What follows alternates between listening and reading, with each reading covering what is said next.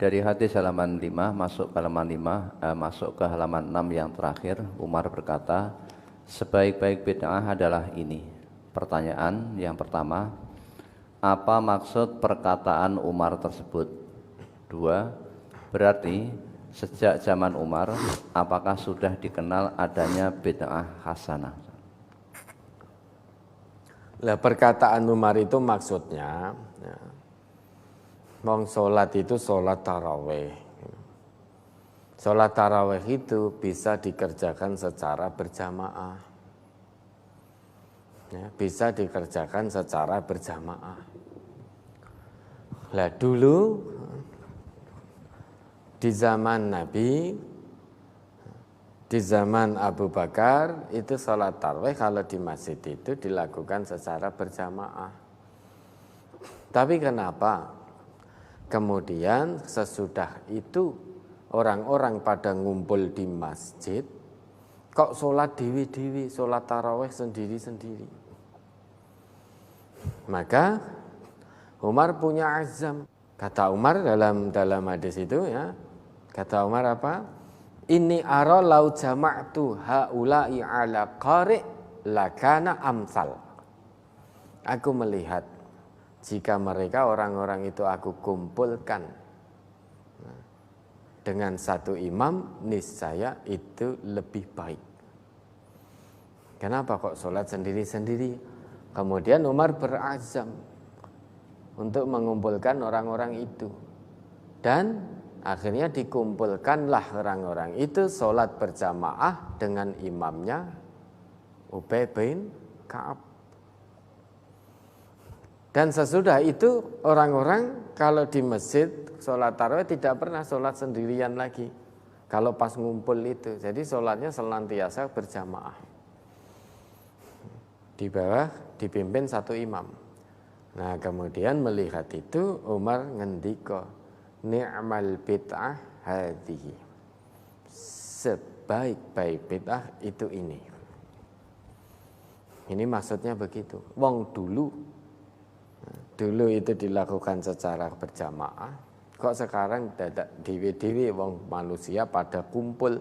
Kalau ini dikatakan bid'ah, maka ini sebaik-baik bid'ah. Jadi bid'ah yang dilakukan oleh Umar ya hanya mengumpulkan itu. Mengumpulkan orang-orang yang sholat tarawih sendirian. Dikumpulkan, dipimpin satu imam. Apakah sejak dulu sudah ada bid'ah hasanah? Nah, hadis itu tidak menerangkan bid'ah hasanah atau bid'ah sayyi'ah. Itu hanya menegaskan bahwa Umar mengatakan sebaik-baik bid'ah itu ini. Kenapa? Karena itu dituntunkan oleh Rasul dulu. Dahulu dicontohkan oleh Rasul dan tidak pernah ada larangan dari Rasul ketika sesudah beliau mencontohkan kemudian tidak ada larangan sampai beliau wafat. Nah, kalau tiba-tiba sekarang berubah, sholatnya ning masjid ngumpul sendiri-sendiri tidak berjamaah, tidak dipimpin satu imam, maka dikembalikan oleh Umar seperti dulu.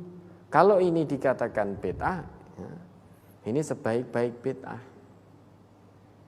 Apakah itu bid'ah? Tentu tidak. Karena Nabi mencontohkan sholat tarawih dengan berjamaah. Nah, adapun bid'ah hasanah sayyi'ah yang dipahami oleh umat Islam, itu yang kita tidak tahu, kita belum tahu. Yang kita tahu yang namanya bid'ah dalam ibadah itu dholalah, sesat. Ini hadis sensitif ini Ustaz. Hadis sensitif, namun karena kebodohan kami, ya, kami tahunya baru sebatas itu. Bahwa Nabi ngendika kullu bid'atin dhalalah wa kullu dhalalah finnar. Setiap ibadah yang diada-adakan tidak mengikuti contoh dari Rasulullah itu adalah hal baru, Setiap ibadah yang baru itu sesat dan setiap kesesatan finar, kurang lebih hadisnya bunyinya seperti itu. Nah, perkara kemudian ada yang membagi bid'ah menjadi hasanah, menjadi sayyi'ah, ya monggo saja, kita tidak melarang itu. Namun kita belum sependapat dengan adanya bid'ah hasanah, sayyi'ah. Karena kalau dalam ibadah yang namanya bid'ah itu dolalah. Itu hadis Nabi seperti itu. Nah kalau memang saudara-saudara muslim lainnya melihat kami salah dalam memahami ini, maka mohon kami diluruskan. Nah, kita tidak melarang pemahaman adanya bid'ah hasanah, tidak menolak itu, tidak. Cuma belum sependapat karena belum yakin, belum tahu ilmunya. Ada lagi? Ada apa yang dilakukan Umar tadi? Karena dulu dicontohkan Nabi. Salat tarawih berjamaah dipimpin satu imam. Kok tiba-tiba ini orang-orang berkumpul sholat sendiri-sendiri. Maka dikumpulkan dipimpin oleh satu imam. Dan Nabi sampai wafat tidak pernah melarang sholat tarawih dikerjakan dengan berjamaah. Fatuwfiya Rasulullah sallallahu alaihi wasallam wal amru ala dzalika. Dan seterusnya itu. Ada lagi?